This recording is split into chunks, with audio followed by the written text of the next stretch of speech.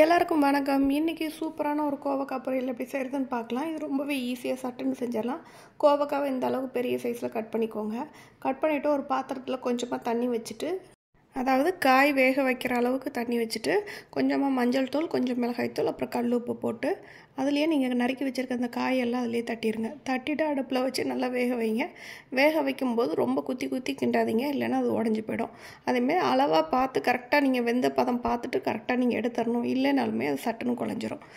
வெந்ததுக்கப்புறமா இந்த கொஞ்சம் தண்ணி இருந்துச்சுன்னா நீங்கள் தூர வடிச்சிடலாம். இல்லை எனக்கு அது தூர வடிக்க வேண்டாம்னா நீங்கள் ஏதாவது குழம்பு ரெசிப்பியில் நீங்கள் சேர்த்துக்கலாம். அப்படி இல்லைன்னா பாதி வேக்காடு வந்ததுக்கப்புறமா நீங்கள் நல்லா சிம்மில் வச்சிட்டிங்கன்னா தண்ணி நல்லாவே சுண்டி இழுத்துக்கும். அதுக்கப்புறமா நீங்கள் அப்படியே பொரியல் பண்ணிடலாம். இப்போ கடாயில் கொஞ்சமாக ஆயில் விட்டுட்டு கடுகு உளுந்தம்பருப்பு போட்டு நல்லா வெடிக்க விட்டுருங்க.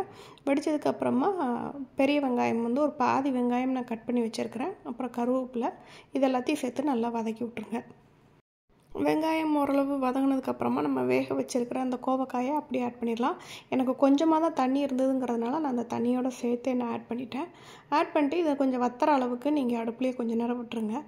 தண்ணி வற்றுனதுக்கப்புறமா நீங்கள் தேங்காய் சீரகம் தனியாக அரைச்சி எடுத்துக்கணும்.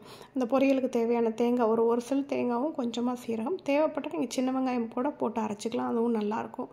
தண்ணி விடாமல் தேங்காவை நீங்கள் மிக்ஸி ஜாரில் போட்டு இந்த மாதிரி அரைச்சி எடுத்துகிட்டு அதை மேல்ட்டு அப்படியே நீங்கள் தூவி விட்டுருங்க. அவ்வளோதாங்க, சூப்பரான கோவக்காய் பொரியல் ரெடி ஆயிடுச்சு.